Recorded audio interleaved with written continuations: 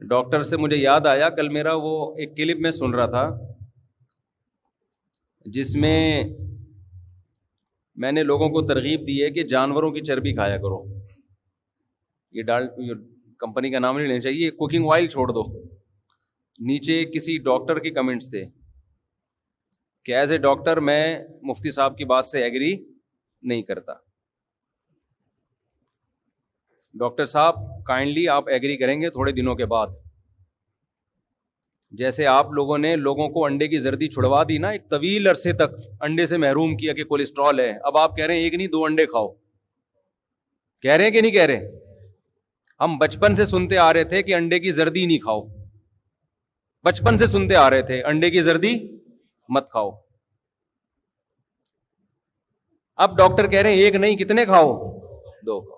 وہی خاتون گئی نا، خواتین جب چیزوں کی قیمتیں کم کراتی ہیں نا تو یہ ایسے کراتی ہیں کہ آدمی یہ کام نہیں کر سکتا. وہ ایک خاتون گئیں، یہ ساڑی خریدنی ہے کتنے کی، اس نے بتا دیا ہوگا 8-10 ہزار. کہا تھوڑا کم کریں، کم کرتے کرتے اس کو اتنا غصہ آیا، کہتا ہے فری میں لے جاؤ بس. کہتی ہے 2 چاہیے. تو ڈاکٹر بھی پہلے کہتے تھے انڈے کی زردی نہیں کھاؤ، ایک طویل عرصے تک انڈا کی زردی میں ہی تو لذت ہوتی ہے، چھڑوا کے کولیسٹرول کے نام پہ نا. اور اب کہہ رہے ہیں ایک کے بجائے کتنے کھاؤ؟ 2 کھاؤ. صبح ناشتے میں 2 انڈے کھاؤ. تو ابھی ڈاکٹر کہہ رہے ہیں کہ جانوروں کا فیٹ نہیں کھاؤ،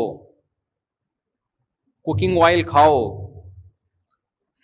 جب اور قبرستان تیزی کے ساتھ آباد ہوں گے نا تو نئی ریسرچ سامنے آئے گی کہ یہ جانوروں کے فیٹ سے اوائڈ کرنے کی وجہ سے یہ مسائل کھڑے ہو رہے ہیں. میں بار بار کہتا ہوں، دمبے کے پیچھے جو اللہ نے دیسی گھی کا ڈبہ لگا دیا ہے نا، اتنا بڑا چکی، وہ میرے اور آپ کے لیے لگایا ہے کہ کھاؤ اس کو. اس لیے نہیں لگایا کہ اس کو اٹھا کے پھینک دو. اللہ ڈالڈے کا ذمہ دار نہیں ہے، اللہ اس چکی کا ذمہ دار ہے جو اس نے دمبے کے پیچھے پیدا کی ہے.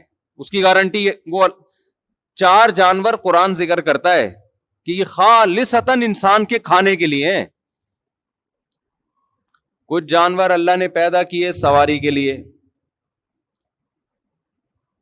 جن کا کام صرف سواری ہے. کچھ پیدا کیے کھانے کے لیے بھی اور سواری کے لیے بھی، اور کچھ صرف کھانے کے لیے. گدھے گھوڑے سواری کے لیے ہیں، قرآن میں اس کا تذکرہ اللہ نے کیا. والخیل والبغال والحمیر لترکبوها، گدھا، خچر، گھوڑا یہ اس لیے کیا کہ تاکہ تم اس پہ سوار ہو. اسی وجہ سے امام ابو حنیفہ کے نزدیک گھوڑا مکروہ تحریمی ہے. وہ کہ بعض روایات سے کھانے کا ثبوت بھی ملتا ہے، لیکن انہوں نے کہا قرآن میں اللہ اس کو سواری کے طور پہ ذکر کر رہے ہیں، کھانے کے طور پہ ذکر نہیں کر رہے. کھانے کا جب ذکر آتا ہے تو اللہ دوسرے جانوروں کو تذکرہ کرتے ہیں.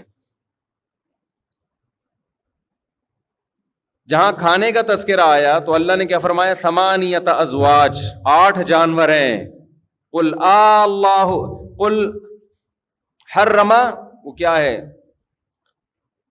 8 ازواج من الضأن 2 ومن المعز 2 قل آذکرین حرم ام الانثیین اما اشتملت علیہ ارحام الانثیین. اللہ کہتے ہیں 2 جانور دمبے میں سے، ایک نر اور ایک مادہ. شروع ہی ضان سے کیا جا رہا ہے، دمبے سے. سمجھتے ہو کہ نہیں سمجھتے؟ 8 ازواج، اللہ کہتے ہیں 8 جانور ہیں، 8 نر مادہ ملا کے نا. ان میں سب سے پہلے ضأن، دمبا بھیڑ، سب پہ اس کا اطلاق ہوتا ہے. نر اور مادہ کو الگ الگ کاؤنٹ کیا گیا ہے. آذکرین حرم ام الانثیین، اللہ فرماتے ہیں بتاؤ ان میں سے اللہ نے مذکر کو حرام کیا یا مؤنث کو حرام کیا؟ اللہ نے ان میں سے کسی کو بھی حرام نہیں کیا. ومن المعز 2، بکریوں میں سے بھی اللہ نے نر اور مادہ دونوں کو بول لو حلال کیا ہے. یعنی بکرا بھی حلال ہے اور بکری بھی. کتنے ہو گئے؟ 4. وَمِنَ الْبَقَرِ 2 وَمِنَ الْإِبِلِ 2، اور اللہ فرماتے ہیں گائے میں سے بھی ہم نے، گائے میں بیل بقر میں سب داخل ہوتا ہے، گائے بھی اور بیل بھی، بھینس بھی اس میں داخل ہے، بھینسا بھی اس میں داخل ہے، ان میں سے بھی نر مادہ دونوں کو اللہ نے حلال کیا۔ وَمِنَ الْإِبِلِ اثْنَيْنِ، اونٹ میں سے بھی اللہ نے نر مادہ دونوں کو حلال کیا۔ اور اللہ کہتے ہیں بتاؤ ان میں اللہ نے مذکر کو حرام کیا یا مؤنث کو؟ کیا مطلب؟ کسی کو بھی حرام نہیں کیا، تو تم کیسے حرام کر لیتے ہو اپنے اوپر؟ مشرکین حرام کر لیتے تھے نا اپنے اوپر۔ تو یہ تو اللہ نے انسان کے کھانے کے لیے، پورا کھانے کے لیے پیدا کیا ہے۔ آپ نے کیا کیا کہ جو اللہ نے کوکنگ آئل اس کے ساتھ لگایا ہوا ہے نا، دمبا لے کے گھوم رہا ہے اپنے، اتنی موٹی چکی لے کے بیچارہ ساری زندگی ٹینشن برداشت کرتا ہے، وہ سارا آدھا بوجھ تو اس کا اس چکی میں ہوتا ہے۔ ڈاکٹر صاحب کے مشورے پر آپ نے وہ چکی اٹھا کے پھینک دی اور دمبا پکایا کوکنگ آئل، دمبا پکایا کس میں؟ Cooking oil. تو ڈاکٹر صاحب سے میری کائنڈلی گزارش ہے کہ کائنڈلی آپ کی تحقیق اپنی جگہ ہوگی، میں آپ کو برا بھلا نہیں کہہ رہا، لیکن آپ جیسے انڈوں پہ آ گئے نا آپ بعد میں آ جاؤ گی چربی پہ۔ نیچر سے مقابلہ نہیں کیا کرو، سمجھ رہے ہو؟ نیچر سے کبھی بھی مقابلہ مت کرو۔ جو چیزیں صدیوں سے انسان کھاتا آ رہا ہے، صدیوں سے، ہاں یہ ضرور ہے کہ ڈاکٹر صاحب کا یہ مشورہ ہم مانیں گے کہ بھائی کھا اسی طرح رہے ہو جیسے صدیوں پہلے کھاتے تھے، ورکنگ بالکل نہیں ہے آپ کی، ورک آؤٹ نہیں کر رہے، تو ورک آؤٹ کو آپ یقیناً فوکس کریں۔ بھائی چربی کھا رہا ہے اور کام چربی والے نہیں کر رہا، پھر تو میرا خیال ہے وہ تو گھاس کھا کے بھی مرے گا، چربی کھا کے جلدی مر جائے گا، گھاس کھا کے تھوڑا دیر سے مرے گا۔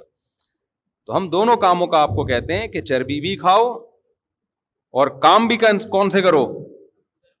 وہ کام کرو جو چربی خوروں پہ، گوشت خوروں پہ سوٹ کرتے ہیں، پیدل چلو، بھاگو دوڑو، سارا دن کمپیوٹر پہ بیٹھے رہو، تو پھر دمبا کھانے کی دیکھنے کی بھی اجازت نہیں ہے آپ کو، پھر دمبے کی طرف دیکھو گے بھی تو ہارٹ اٹیک سے مرو گے۔